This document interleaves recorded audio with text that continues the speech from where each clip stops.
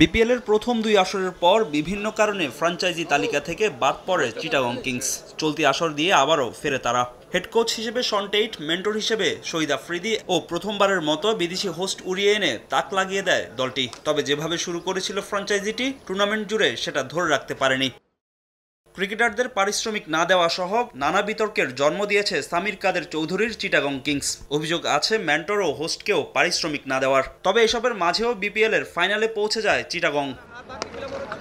সাকিব আল হাসানকে নিয়ে পরিকল্পনা সাজালেও শেষ পর্যন্ত রাজনৈতিক কারণে সাকিব না আসতে পারায় টিম কম্বিনেশন নিয়ে হিমশিম খেতে হয় তাদের। বারবার পরিবর্তন করতে হয় একাদশ। টুর্নামেন্টে 10 বিদেশি উড়িয়ে এনেছে চিটাগং। এখন পর্যন্ত দলটার সঙ্গে আছে 8 জন।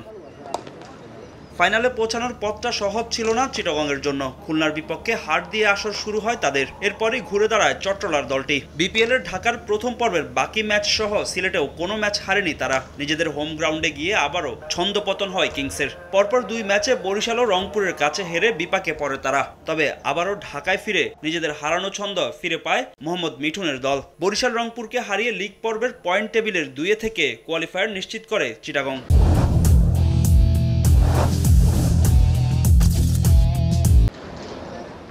বরিশালের কাছে প্রথম কোয়ালিফায়ার হারলেও শ্বাসরুদ্ধকর দ্বিতীয় কোয়ালিফায়ারে খুলনাকে হারিয়ে বিগ ফাইনালে জায়গা করে নেয় আসরের বিতর্কিত দলটি।